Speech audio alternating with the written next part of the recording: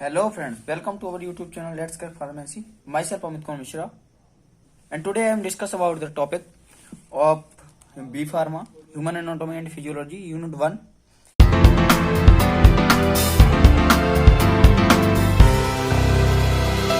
Introduction of human body. देखिए, जैसे कि आप देख चुके हैं प्रीवियस वीडियो में, इंट्रोडक्शन टू ह्यूमन बॉडी में हम लोगों ने पढ़ा है डेफिनेशन एंड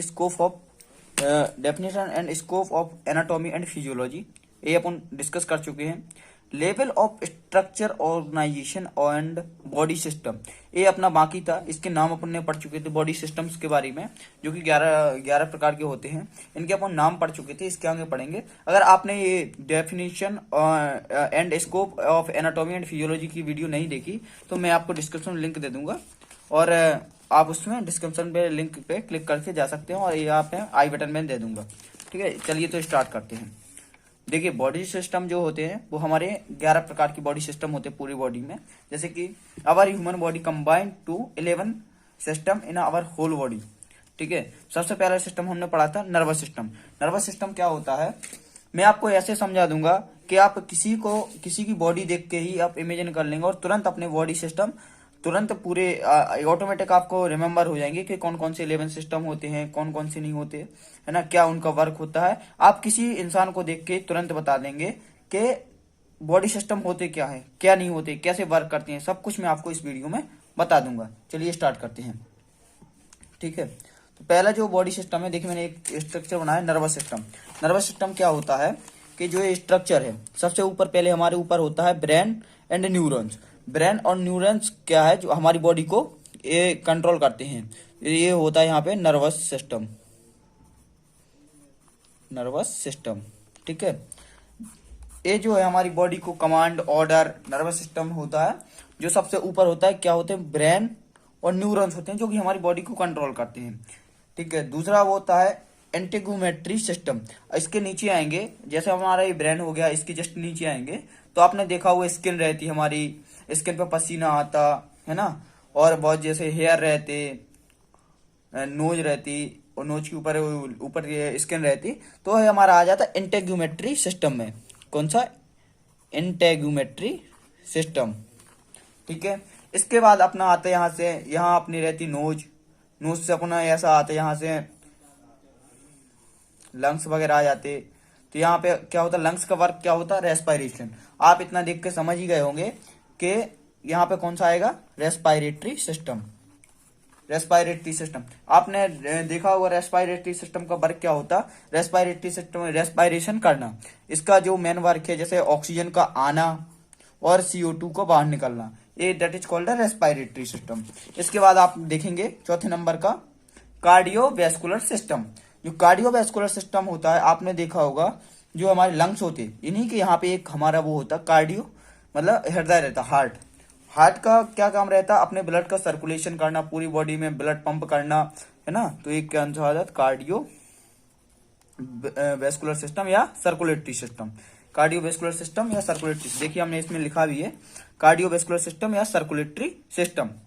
ठीक है, अब एक कार्डियोवैस्कुलर यानी कि अपना क्या होता है कि इम्प्योर ब्लड को प्योर करता है, मतलब लंग्स तक पहुंचाता, लंग्स से फिल्ट्रेशन होकर अपना बॉडी में जाता है ना। तो ये जो है हमारा हार्ट जो ब्लड को पंप करता है, तो इसको बोलते हैं कार्डियोवैस्कुलर सिस्टम।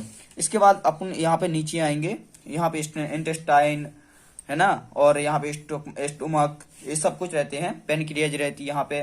तो ये जो यहाँ पे फिर कौन सा आएगा, इन सब का वर्क रहता है एक डाइजेशन करना, डाइजेशन करने का वर्क रहता। तो यहाँ पे कौन सा सिस्टम आ जाएगा, डाइजेस्टिव सिस्टम।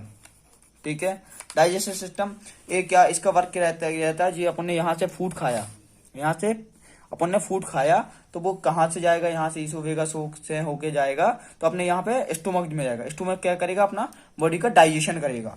डाइजेशन करेगा तो ये अपना क्या हो जाएगा, डाइजेस्टिव सिस्टम।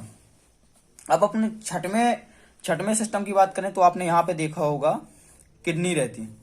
किडनी का वर्क क्या रहता है, फिल्ट्रेशन करना, मतलब एक्सक्रेशन ऑफ यूरिन, यानी कि यूरिन का बाहर निकलना। एक्सक्रेशन यानी कि यूरिन का बाहर निकालना यूरिनरी सिस्टम का वर्क होता है। यहाँ पे कौन सा हो जाएगा, यूरिनरी सिस्टम, या यूरिनरी सिस्टम को क्या बोलते हैं, रीनल सिस्टम भी बोलते हैं, रीनल सिस्टम। ठीक है। इसके नोट्स जो है मैं आपको प्रोवाइड कर दूंगा, वीडियो के डिस्क्रिप्शन में लिंक दे दूंगा, उस पर आपको नोट्स मिल जाएंगे, पूरे प्रॉपर नोट्स हैं बॉडी सिस्टम के। देखिए ये है ना, ये अभी मैं आपको एक रफिंग में डेमो दिखा रहा हूँ और बाकी कुछ नहीं है। और जो कि आपने अगर प्रीवियस हमारी जो वीडियो है और आपने नहीं देखी तो आप हमारे आई बटन पे प्लस डिस्क्रिप्शन में लिंक दिए रहेंगे, सिलेबस डिस्कशन की वीडियो भी है। और जो हमारा human anatomy and physiology unit 1 का introduction of human anatomy and introduction to human body है, उसकी वीडियो भी हमने डाल रखी है।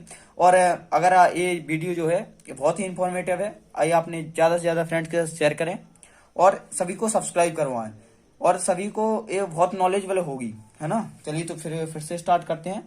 अपना ये हो गया यूरिनरी सिस्टम। इसके बाद अपना आता है रिप्रोडक्टिव सिस्टम। रिप्रोडक्टिव सिस्टम का मेन वर्क क्या होता कि आपने हिंदी में पढ़ा होगा प्रजनन तंत्र, मतलब अपनी पीढ़ी को निरंतर बनाए रखना ही रिप्रोडक्ट प्रजनन कहलाता है। ऐसा ही इसमें होता है रिप्रोडक्टिव सिस्टम का मतलब। देखो अपने भी इसमें लिखा है रिप्रोडक्टिव सिस्टम 7वां है, it is the process by which genetic material is passed from one generation to another generation and thus maintain continuous of cycle. ठीक है, तो इसमें अपन जो कंटिन्यूअसली अपनी साइकिल चलती रहती है एक पीढ़ी से दूसरी पीढ़ी तक पहुंचने की। ठीक है, अब इसके बाद अपना होगा 7वां भी हो गया रिप्रोडक्टिव सिस्टम। इसके बाद अपना नीचे आएंगे तो पैरों में क्या होता है, मसल्स रहती है, सबसे ज्यादा मसल्स पैरों में ही रहती हैं। जो अपना स्ट्रक्चर है ये ज्यादा कुछ खास अच्छा नहीं बना, लेकिन ठीक है अपन को समझना है और बाकी स्ट्रक्चर से कुछ नहीं, ये रफिंग है, कोई वो नहीं है। ठीक है, तो अपना यहाँ पे कौन सा आता, 8वां आता मस्कुलर सिस्टम। मस्कुलर सिस्टम क्या करता कि अपनी बॉडी में मूवमेंट करवाता है। जैसे अपन चलते हैं फिरते हैं तो ये क्या होता है, कॉन्ट्रैक्ट होता है, मतलब सिकुड़ती हैं और फैलती हैं, तो ये क्या करता है, मस्कुलर सिस्टम अपन को मूवमेंट करने में सहायता करता है। इसके बाद अपन आ जाएंगे मस्कुलर के मसल्स के अंदर देखेंगे तो क्या होती है, अपनी एक यहाँ पे बोन होती है, इसकी जो जांग में हो गई तो इसको फीमर बोलते हैं ना।